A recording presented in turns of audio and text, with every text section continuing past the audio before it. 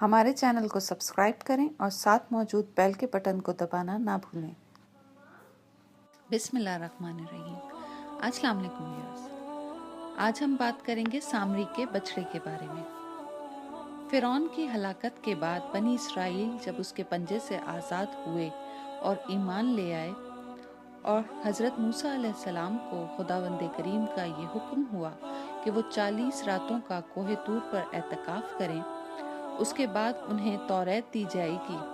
چنانچہ حضرت موسیٰ علیہ السلام کوہ طور پر چلے گئے اور بنی اسرائیل کو اپنے بھائی حضرت ہارون علیہ السلام کے سپرد کر دیا۔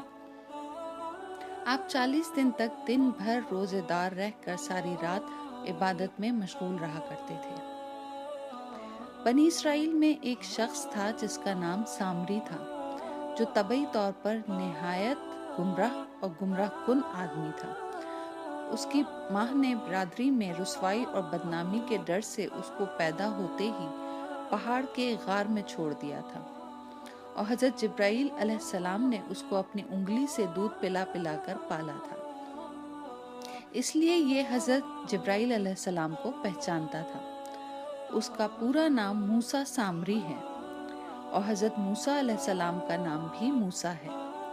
موسیٰ سامری کو حضرت جبرائیل علیہ السلام نے پالا تھا، اور حضرت موسیٰ علیہ السلام کی پرورش فرعون کے گھر میں ہوئی تھی، مگر خدا کی شان، فرعون کے گھر پر پرورش پانے والے حضرت موسیٰ تو خدا کے رسول ہوئے، اور حضرت جبرائیل علیہ السلام کا پالا ہوا موسیٰ سامری کافر ہوا اور بنی اسرائیل کو گمراہ کر کے اس نے بچھڑے کی پوجا کرائی۔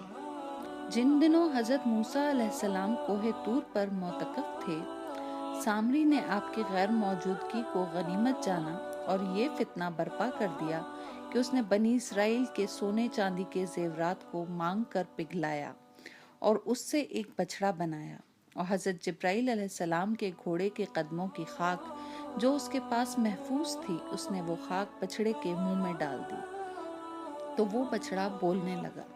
پھر سامری نے بنی اسرائیل سے یہ کہا کہ اے میری قوم، حضرت موسیٰ علیہ السلام کوہ طور پر خدا کے دیدار کے لیے تشریف لے گئے ہیں، حالانکہ تمہارا خدا تو یہی بچڑا ہے، لہٰذا تم لوگ اس کی عبادت کرو۔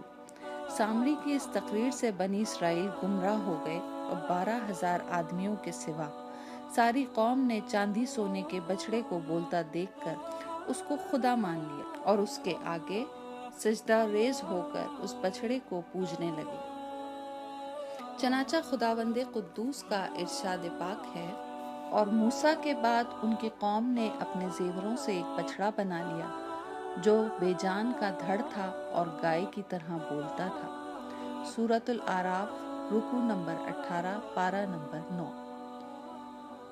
جب 40 دنوں کے بعد حضرت موسیٰ علیہ السلام خدا سے ہم کلام ہو کر اور توریت شریف ساتھ میں لے کر بستی میں تشریف لائے اور قوم کو بچڑا پوجتے ہوئے دیکھا تو آپ پر بے حد غضب اور جلال طاری ہو گیا، اور اپنے بھائی حضرت ہارون علیہ السلام کی داڑھی اور سر کا بال پکڑ کر گھسیٹنا اور مارنا شروع کر دیا، اور فرمانے لگے کہ تم نے ان لوگوں کو اس کام سے کیوں نہیں روکا؟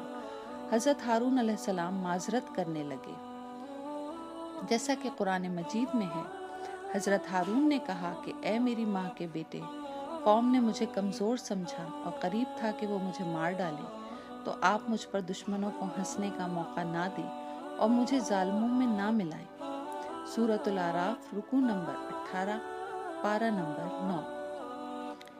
حضرت ہارون علیہ السلام کی معذرت سن کر حضرت موسیٰ علیہ السلام کا غصہ ٹھنڈا پڑ گیا۔